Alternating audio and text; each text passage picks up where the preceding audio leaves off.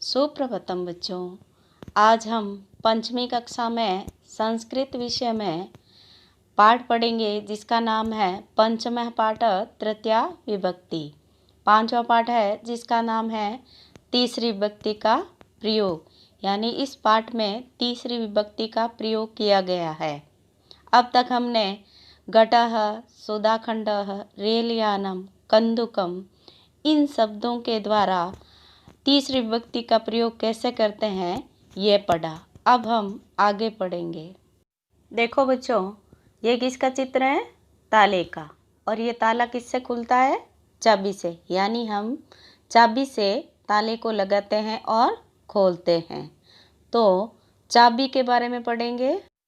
चाबी को संस्कृत में कुंचिका कहते हैं। क्या कहते हैं? कुंचिका। तो वाक्य क्या बना?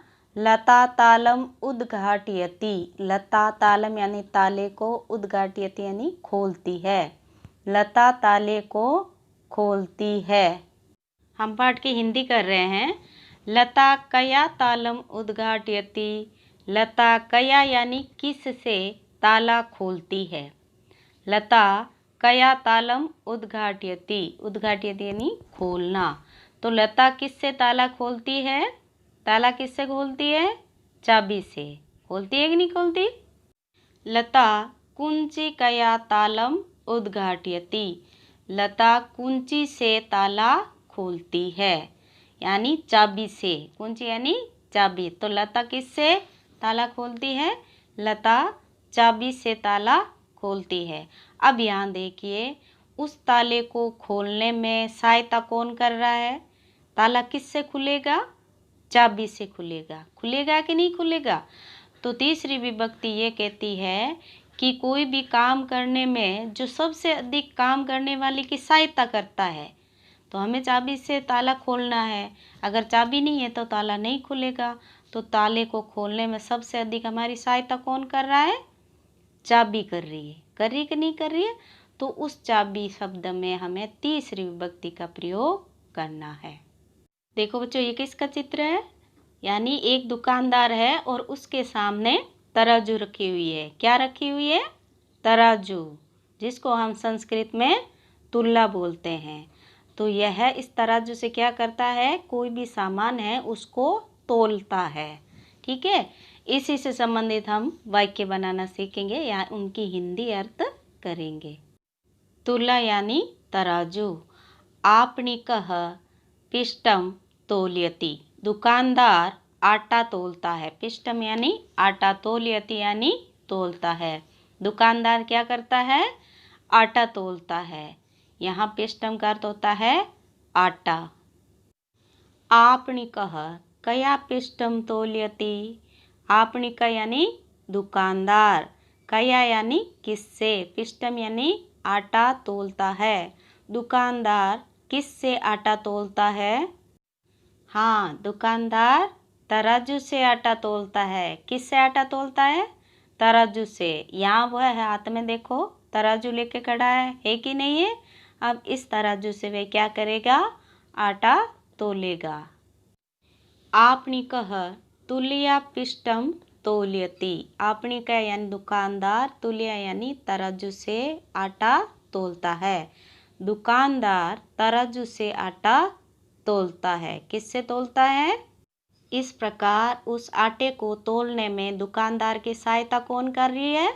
तराजू कर रही है। कर रही है कि नहीं कर रही है? तो तराजू शब्द में हम तीसरी विभक्ति का प्रयोग करेंगे। ये किसका चित्र है? कैंची का। हाँ, यह कैंची का चित्र। यह है कैंची। कैंची किस काम आती है? किसी चीज़ को काटने में, चाहे वह कपड़ा हो, चाहे कागज हो, चाहे रस्सी हो, कुछ भी काटो, उसको काटने में क्या काम आती है? कैंची। यह कौन है? हाँ, यह दर्जी है और इसके हाथ में क्या है? कैंची। दर्जी कैंची किस काम में लेता है? कपड़े काटने के लिए। लेता है कि नहीं लेता है? कर्तरी यानी कैंची, यानी कैंची को संस्कृत में कर्तरी कहते हैं। ठीक है। अब सोचिका है वस्त्रम कर्तयति, यानी दर्जी। सोचिका यानी दर्जी, वस्त्रम यानी कपड़े, कर्तयति यानी काटता है। दर्जी कपड़ा काटता है। दर्जी कैंची से क्या करता है? कपड़ा काटता है। काटता है कि नहीं काटता? सोचिकः कया वस्त्रम कर्तयति। दर्जी किससे कपड़ा काटता है? किससे कपड़ा काटता है? कैंची से। काटता है कि नहीं काटता है? सोचिकः कर्तर्या वस्त्रम कर्तयति। सोचिक एंड दर्जी, कर्तर्य यानी कैंची से वस्त्र कपड़े काटता है। दर्जी कैंची से कपड़े काटता है। दर्जी को कपड़े काटने के लिए किसकी आवश्यकता होती है? कैंची की। होती है कि नहीं होती है? दर्जी को कपड़े काटने के लिए कैंची की आवश्यकता होती है, यानी उसे कैंची चाहिए तभी तो वो कपड़े काट पाएगा। देखिए बच्चों, जो दर्जी है उसको कपड़ा काटना है, उसके पास कैंची नहीं होगी तो वो कैसे काटेगा? यानी उसे कपड़ा काटना है और उस कपड़े को काटने में उसकी सबसे अधिक सहायता कौन कर रहा है? आप कर पाओगे क्या? नहीं, आपकी आवश्यकता नहीं है, उसे किसकी आवश्यकता है? कैंची की आवश्यकता है, ताकि वह उस कपड़े को काट सके और जो कपड़ा है उसको सील सके। देखो बच्चों, यहाँ पर पेंसिल, पेन, ब्रश रखे हुए कि नहीं रखे हुए? ब्रश जो है कलर करने के काम आता है, लेकिन जो पेंसिल और पेन है वो किस काम आते हैं? लिखने के काम आते हैं। आते कि नहीं आते हैं? किस काम आते हैं? लिखने के काम आते हैं। पेन जो है उसको हम लेखनी कहते हैं और जो पेंसिल है उसको हम अंकनी कहते हैं। ठीक है? लेखनी यानी पेन। बालिका लिखती, बालिका लिखती है। बालिका क्या करती है? लिखती है। यहाँ पर बच्चा क्या कर रहा है? वह अपना काम कर रहा है, यानी लिखने का काम कर रहा है। तो ये बालिका क्या कर रही है? लिख रही है। बालिका कया लिखती। कया यानी किससे। बालिका किससे लिखती है? बालिका किससे लिखती है? बालिका किससे लिख रही है? पेन से लिख रही है। तो पेन को क्या कहेंगे? लेखनी। ठीक है? बालिका लेखन या लिखती। बालिका पेन से लिखती है। किससे लिखती है? पेन से। अब देखिए, बालिका को यहाँ पर लिखने में सबसे अधिक सहायता कौन कर रहा है? पेन कर रहा है। कर रहा है कि नहीं कर रहा है? इसलिए जो पेन शब्द है उसमें हम तीसरी विभक्ति का प्रयोग करेंगे। एक बार फिर से देखिए, लता तालम उद्घाटयति। लता ताला खोलती है। लता कया तालम उद्घाटयति। लता किससे ताला खोलती है? लता कुंची कया तालम उद्घाटयति। लता चाबी से ताला खोलती है। तुला यानी तराजू। आपणिकः पिष्टम तोलयति। दुकानदार आटा तोलता है। आपणिकः कया पिष्टम तोलयति। दुकानदार किससे आटा तोलता है? आपणिकः तुलया पिष्टम तोलयति। दुकानदार तराजू से आटा तोलता है। कर्तरी यानी कैंची। सोचिकः वस्त्रम कर्तयति। दर्जी कपड़ा काटता है। सोचिकः कया वस्त्रम कर्तयति। दर्जी किससे कपड़ा काटता है? सोचिकः कर्तर्या वस्त्रम कर्तयति। दर्जी कैंची से वस्त्र यानी कपड़े काटता है। दर्जी किससे कपड़े काटता है? कैंची से। बालिका लिखती, यहाँ लेखनी का अर्थ होता है पेन। बालिका लिखती यानी बालिका लिखती है। बालिका कया लिखती। बालिका किससे लिखती है? बालिका लेखनियाँ लिखती। बालिका पेन से लिखती है। बालिका किससे लिखती है? पेन से लिखती है। उस बालिका को लिखने में सबसे अधिक सहायता कौन कर रहा है? पेन कर रहा है। इस प्रकार हमने तीसरी विभक्ति का प्रयोग करना सीखा। ये जो ताला है वह किससे खुलेगा? चाबी से। यानी ताले को खोलने में सहायता कौन करेगा? हमारी चाबी करेगी। इस प्रकार देखो बच्चों, किसी चीज़ को तोलने में सहायता कौन करता है? हमारी तराजू करती है। ठीक है? तो कोई सामान तोलना हो तो हम उसको तराजू की सहायता से तौल सकते हैं। कपड़े आदि को काटने में हम किसका उपयोग करेंगे? कैंची का। करेंगे कि नहीं करेंगे?